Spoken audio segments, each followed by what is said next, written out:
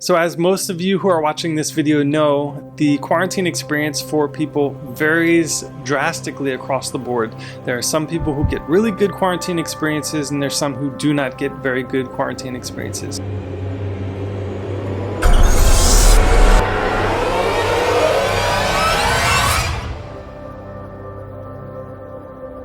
Hey guys, my name is Chris Cox. I've been traveling to and from Cambodia since 2007 with my family, and this trip in 2021 was the most difficult that I've ever had.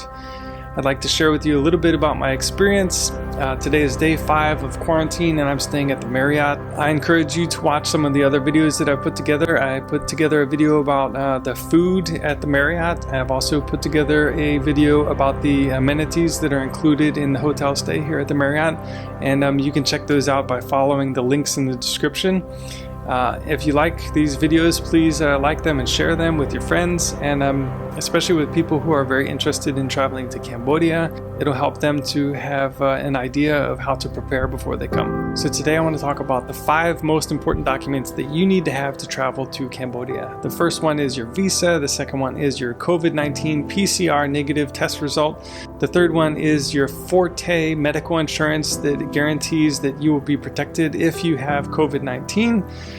The fourth is your quarantine package, and last but not least, number 5 is the last boarding pass that you have for the last leg of your flight as you enter Cambodia. If you don't have a visa, you can't travel to Cambodia. It used to be that you can get tourist visas upon arrival, but now you're going to have to show that you have the visa in your passport already before you board the first leg of your flight. So in order for you to get your visa, you need to contact your NGO or your school or your business that you work with directly, so that when you arrive, you can present the documents to the customs official and receive your visa without any problem.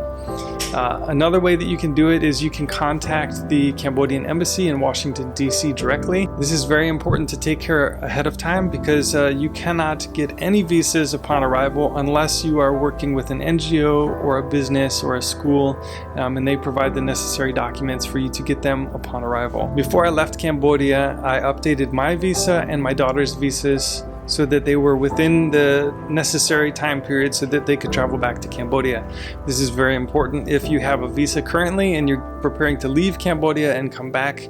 Even if you have to lose a month or 2 of your visa to apply for your visa a little bit early, it's better than to not be able to get a visa upon return. The second most important thing that you need before you make your trip to Cambodia is a negative PCR COVID test.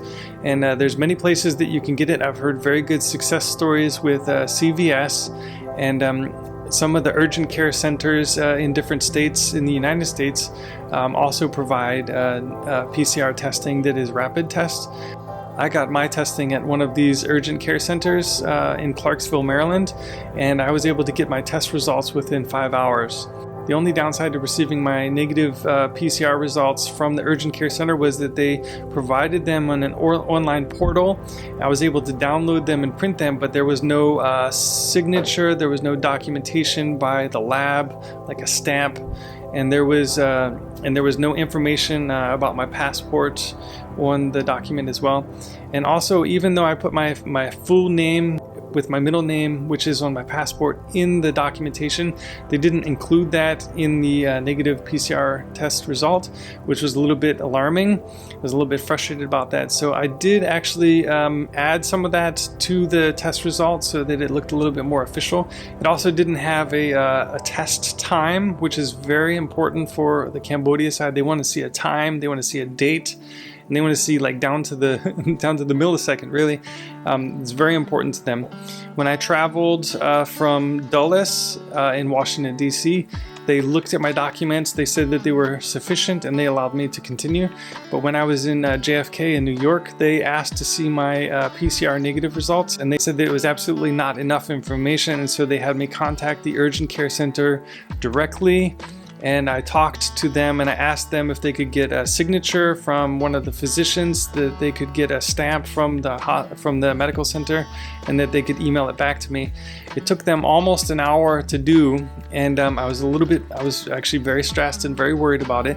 When they did send it back, it was a black and white copy. It didn't have any blue ink for the physician. It didn't have any colored ink for the stamp, and the logo was in black and white as well.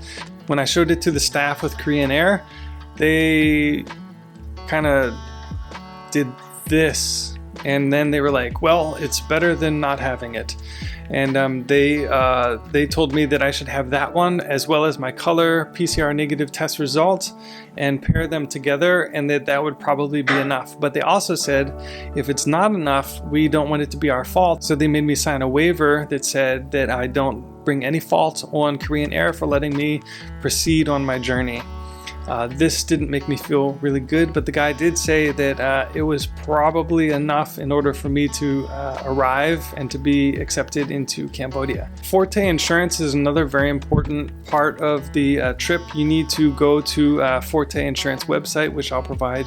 Forte is an insurance company based in Cambodia, in Phnom Penh, and they provide the necessary COVID-19 medical insurance that you're going to need for your 14 days of quarantine while you're in Phnom Penh. If you do not have your Forte insurance, you will not be allowed to board the plane in JFK in New York. They look at all those papers and they make sure that they are all legitimate papers. This costs $90 per person, and you must buy it directly through Forte on their website. When you purchase it already, you will get the document sent to you in a PDF format, and it has a QR code on it that seems pretty important to the customs officials in Cambodia, and so I suggest that you print that out in full color, not in black and white. They don't want black and white. I do have to say that as I was filling it out, it was very late at night, and I accidentally typed in the wrong birth date for my daughter, and the email was wrong. I have no clue what was happening. I was very tired, and so when I sent it off, I never got it received back. So I got on Skype, and it was like 1 a.m. in the morning, and I called to Forte Insurance, and I said, hey, this is the document that I just purchased, the medical coverage that I just purchased. Can you help me change the date for my daughter?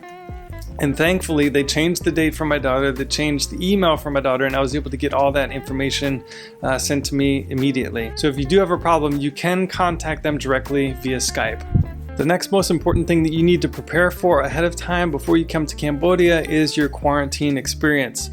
You can come to Cambodia, arrive with your visa intact, with your Forte insurance, with your COVID negative PCR test, and just get into a lottery for the hotels. Now this can be really good, and this can be very detrimental to your 14 days of stay. From what I hear, there's a lot of difficulties that come with being part of the lottery. Sometimes the food is terrible, sometimes the service is terrible, sometimes the rooms are terrible, sometimes everything is terrible. Sometimes people have really good experiences with everything, even though they got the lottery as well. So this is something that is up to you. Upon arrival in Cambodia, you need to pay $2,000 per person. I think the children might be slightly cheaper, but anyone who is an adult or a larger teenager is going to have to pay $2,000 deposit upon arrival. This happens in the customs area as you arrive in Cambodia, and there's many different banks that are sitting there: Canadia Bank, ABA Bank, AC Lita Bank, and they're waiting to take your $2,000 deposit, give you a stamp, you get a paper, and then you get to proceed into the customs area. If you don't want to test the waters of the lottery here in Cambodia, and you want to have good food, you want to have good hotel and good service and good staff, you're going to need to choose your hotel ahead of time. There are currently only 2 hotels that have book ahead availability.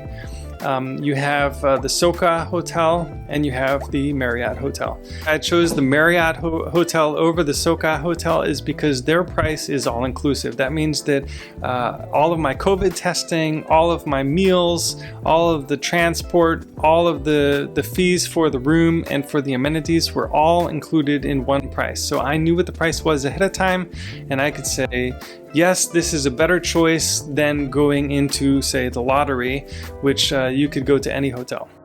don't risk the fish heads. One of the last most important things that you need as you travel to Cambodia is the boarding pass for the last leg of your journey into Cambodia.